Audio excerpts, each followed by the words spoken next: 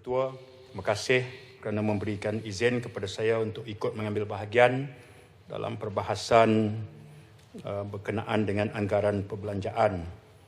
Satu permohonan untuk Parlimen meluluskan sejumlah dana untuk maksud dibelanjakan kepada kementerian-kementerian baru yang diwujudkan.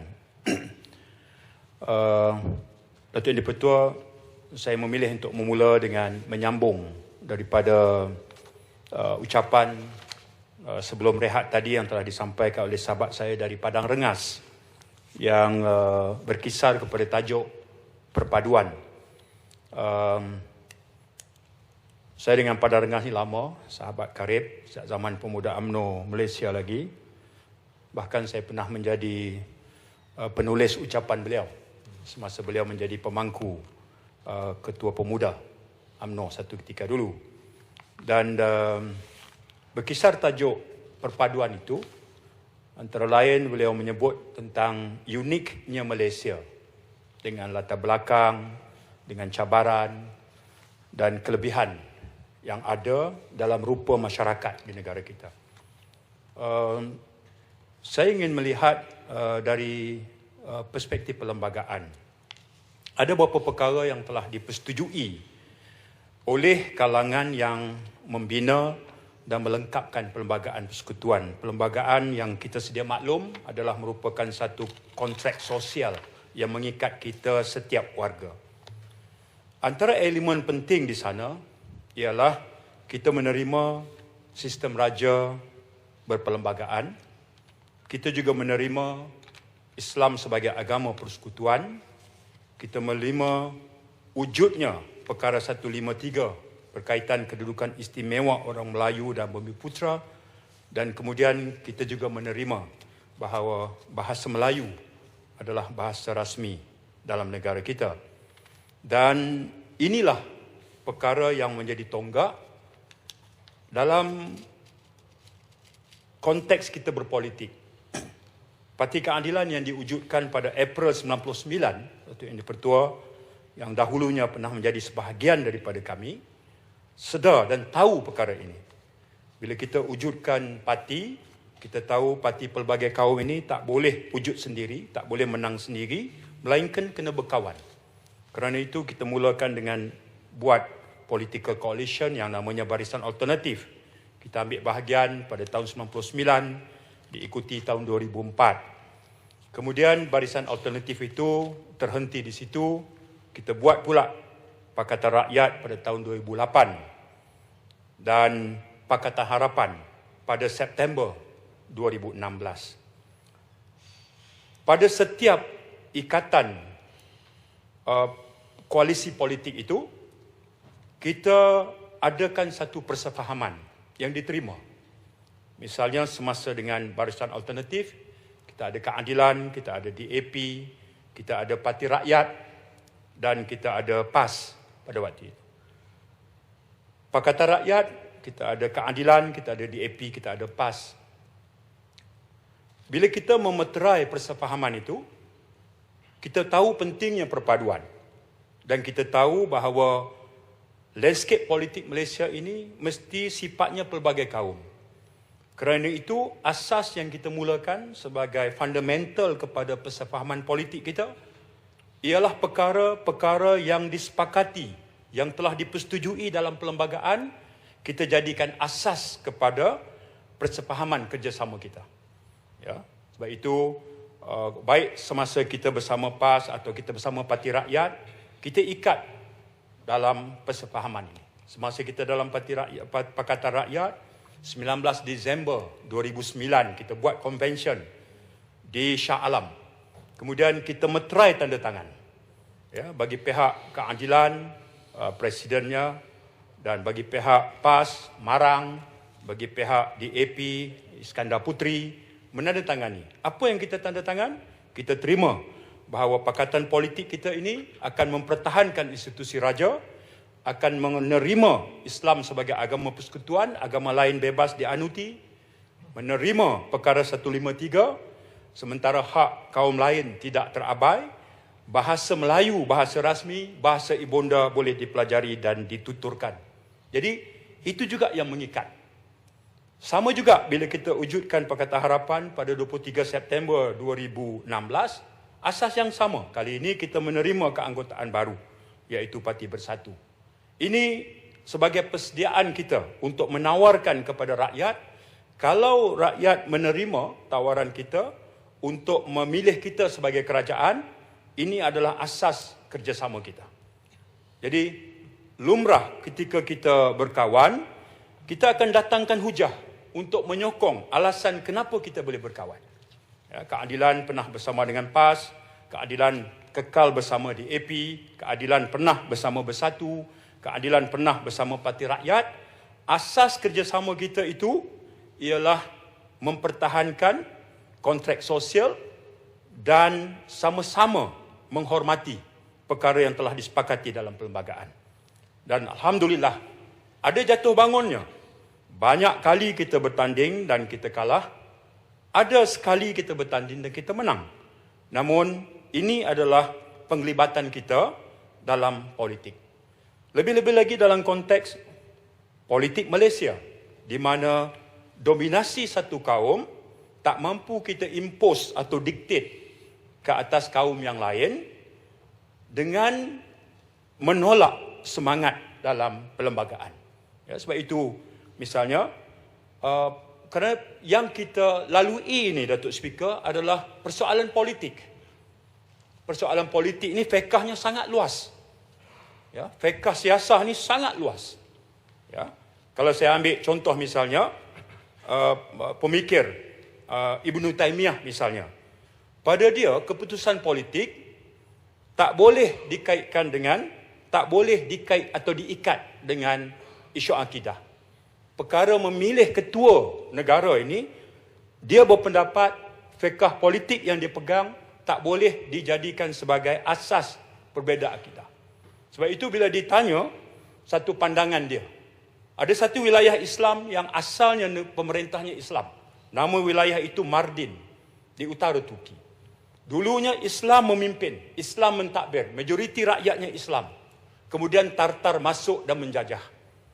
Daripada sebuah negara Islam, kemudian dijajah oleh bukan Islam Tartar, Muslim menjadi minoriti di situ. Ada yang lari meninggalkan negara, ada yang kekal. Di kalangan yang kekal berjumpa dan bertanya Ibnu Taimiyah, apakah sikap yang patut kami ambil ke atas pemerintah yang bukan Islam ini? Sebab itu, nasihat Ibnu Taimiyah itu adalah sebuah nasihat yang sangat masyhur. Walaupun setengah orang melihat penuh kontroversi. Katanya, Innallaha yansuru daulatan adilah wa in kanat kafirah. Allah Ta'ala akan tolong sebuah negara yang adil walaupun pemerintahnya bukan Islam. Pandangan dia begitu. Dia bagi pandangan. Sebab pada dia, tanggungjawab, tujuan politik adalah apabila memilih seorang pemerintah, tanggungjawab pemerintah mesti memastikan dan meratakan keadilan. Keadilan artinya melakukan satu perkara kena pada tempatnya. Lawan kepada keadilan adalah kezaliman. Jadi pada dia, bila disebut Allah Ta'ala akan tolong sebuah negara yang adil, walaupun diperintah oleh orang bukan Islam. Dia sambung lagi. Wala yansuru daulatan zalimah wa in kanat mu'minah. Allah Ta'ala tak akan tolong negara yang zalim, walaupun diperintah oleh orang Islam. Pandangan ini sangat kontroversi. Bagi orang yang melihat politik itu dari perspektif akidah, dia kata memilih pemimpin mesti akidah yang sama. Tapi realiti di Malaysia kita pun tengok keadaannya tidak begitu. Ya, sebab itu sebagai contoh untuk mengesahkan pandangan beliau ini dalam aplikasi konteks negara kita, kita boleh tengok pilihan raya kecil Tanjung Piai misalnya. Ya, Pakatan Harapan letak seorang Melayu Muslim imam. Ya, manakala Barisan Nasional meletak sahabat kita yang telah menang hari ini, YBW, ya, seorang bukan Islam. Ya. Jadi kita boleh tengok keadaan dalam negara kita, hatta parti Islam pun meminta pengikutnya mengundi calon bukan Islam. Sebab apa? Sebab memilih ini adalah memilih ketua untuk mewakili konstitusi itu. Walaupun ianya satu keputusan politik, tapi keputusan politik ini tidak terkait dengan akidah. Ya, sebab tangan kita itu memangkah seorang yang bukan sama akidah dengan kita, dan akidah tidak rosak. Ya, karena itulah dalam konteks ini, saya percaya bahawa ketika kita bersama, kita akan ada asas dan hujah untuk justify dan membenarkan keadaan kita bersama. Dan kadang-kadang kita berbeza pendapat, kita mengambil laluan yang berbeza. Laluan yang berbeza itu, kita datangkan juga hujah kita. Kalau hujahnya sekadar hujah politik, kita tak bimbang. Tapi kalau hujah itu diberikan sandaran agama, dalam konteks fikah siasah yang sangat luas, yang itu akan menyebabkan, membelah sistem masyarakat kita sampai ke bawah. Dan itu sangat tidak bagus dalam konteks perpaduan di negara kita ni, Datuk Yang di-Pertua.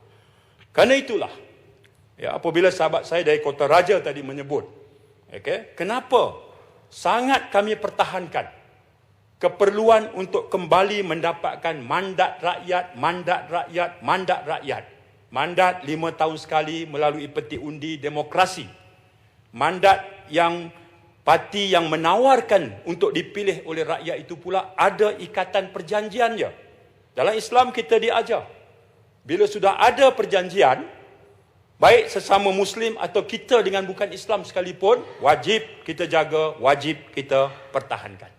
Ya, sejarah perjanjian Hudaibiyah misalnya menceritakan bagaimana Rasulullah SAW begitu menjaga dan mempertahankan semangat dan prinsip perjanjian di antara orang Islam dengan orang bukan Islam pada itu. Sirahnya sangat banyak.